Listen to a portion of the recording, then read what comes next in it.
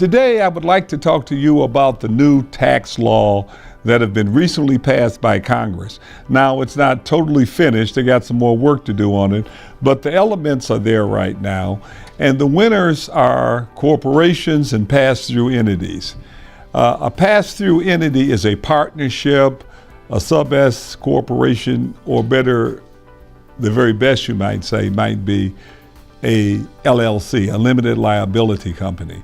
So the ideal is that if you take your monies and you run it through a limited liability company, then you can pay 29% as a maximum rate rather than 39.6%.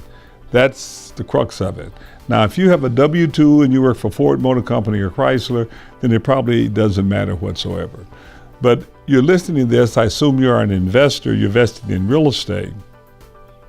So certainly you want to make sure that your real estate is in an LLC, a pass-through entity. And if you're working as an independent consultant or worker, and many of you are, instead of getting W-2s, you get 1099s. Then you're an independent contractor. And what I would urge you to do is to form an LLC and make sure that they pay the LLC. Now, if you say, Herb, they want to pay me directly, for an example, then just call the LLC your name. It would be Herbert J. Strather, LLC. So if they made a check out to Herbert J. Strather, that's good enough. Or if they made it out to Herbert J. Strather, LLC, either one of those is good enough, and I could deposit them in the bank. So first of all, form a LLC. Now I want to go one other step. I would like for you to form a family LLC. Exactly what is a family LLC? A family LLC is an LLC that you do with your family. If you have your daughter involved and she's 3 years old, and you have a son involved, he's 16 years old, and there's another one maybe that's 14 years old. Maybe you had them little ways apart, like me. In any event, maybe your daughter helps you in advertising. She could get a salary. Your son, he's just got his driver's license. He can take and deliver the documents to different people.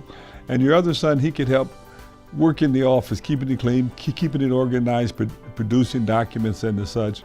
The bottom line is you could take this LLC and you could divide it into 4 parts. Now that's a great thing because they're in the 0% tax bracket. They won't even have to pay the 29%. Now if you got to buy clothes for them, give them gas for the cars, take care of them, you do it with your after-tax dollars. Just think about it. You make money, you pay taxes on it, and you take care of your family. Why not let them take care of themselves? Why not let that money go to them? And then it's tax-free to you. What income tax bracket are you in? Let's wake up, Detroiters. Let's wake up people around the world.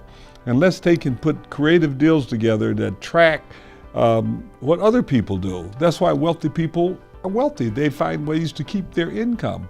And they have accountants and others that show them. Now, this is not getting into sophisticated trust, skip trust generation and all of that. This is just simply saying a simple family LLC, that your kids are in a less income tax bracket than you, and if you all own it together, then you can share it. And another thing too, if you own it with your children, you could put in restricted covenants. Somebody sue you, you could declare that if you ever file bankruptcy or you ever get sued, that your interest is immediately relinquished. So then you kind of make it bulletproof, if you will. So this is Herb Strather, your coach, telling you to go for family LLCs. You can find the format for a short form operating agreement, which will define how you're going to participate and who the owners are, right on Coach's Corner.